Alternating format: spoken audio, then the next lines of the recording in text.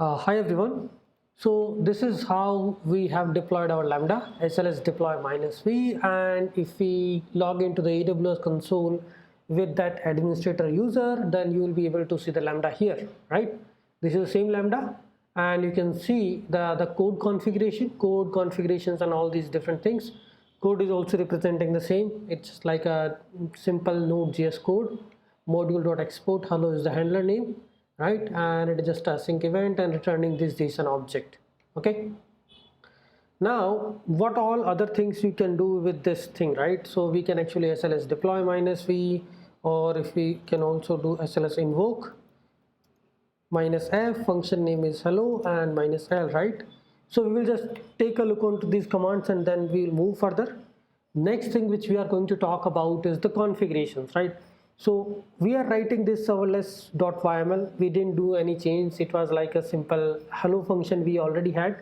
We added the reason name and we added the profile using which we will be deploying to the AWS, because our cloud provider is AWS and you can attach the AWS profile from local, so that it will automatically use the access key and secret key to deploy this Lambda to the AWS console. Because how we are able to communicate to AWS with the help of these access key and secret key, just keep them secret, don't expose it. I will also delete this user once we are done with this. Okay, so here we can actually see the logs. I mean, just invoke logs. This is how we are able to invoke. You do the change and then you again do the deployment. Same set of commands we are using. SLS deploy, function name, function -f hello. I mean, these examples or these commands will help you to, just when you have your serverless YML, you have 10 different lambdas, you want to just play around with one, just deploy one, then you can use these things. We have another command, SLS logs -f, function name is hello, and t flag, right? So that will give you the logs for this particular Lambda. Now coming to the configuration here, you will see, because we are writing Lambda, we are not doing it on the EC2 or something. We are just writing the function, we are just writing code. So who is managing the concurrency, who is managing the scalability of Lambda, how many requests I can trigger, because it can also be a REST endpoint through API gateway which is targeting a Lambda.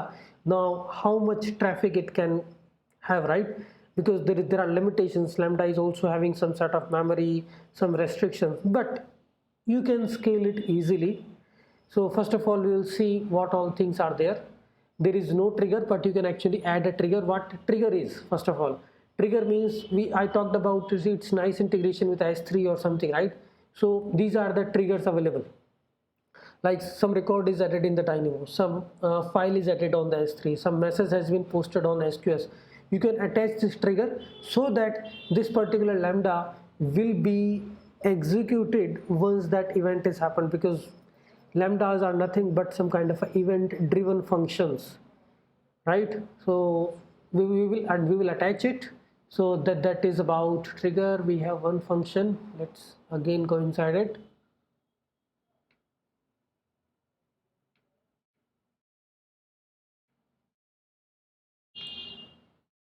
Okay, we'll talk about other configurations like memory, VPC settings and all. Here inside the configurations, the permissions, the roles and permissions which you see. So I do have a CloudWatch logs, and these are the log groups.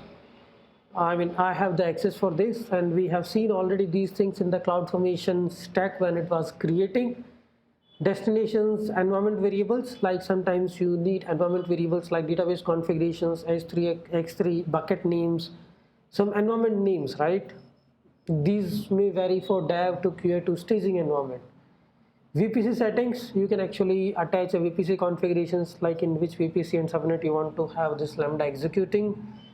Monitoring and operation tool, so CloudWatch monitoring is already there. Concurrency. So concurrency is something when you want to see this Lambda scaling, right? Then you will configure this. Asynchronous invocation, when you want to have actually, when you need asynchronous invocation, when you are executing Lambda and it is getting failed, right? Then you want to actually put this execution to the DL queue. That we will talk when we talk SQS in terms of Lambda, okay, database proxies and all these things. So all these configuration, how we manage through serverless.yml, that is the next thing. Okay, test cases, I mean, you can run a simple test by just invoking it here. So it will just log this particular message, right? This is same Lambda which we have already discussed lot many times, and logs is taking time, but that is fine. So this is how we can actually do the command line. So this is all about serverless command line, serverless CLI. In the next video, we'll talk about how to modify this serverless YML to introduce more configuration. It's not like we can also write multiple serverless YML, just pass the reference for each and every API. I have a user resource, user APIs. I will create a different Swagger YML, sorry, serverless YML, and then I will refer it in the main serverless.yml. All those things will help us to actually write an actual application which is big, which has a lot of APIs in it. Okay, thanks everyone.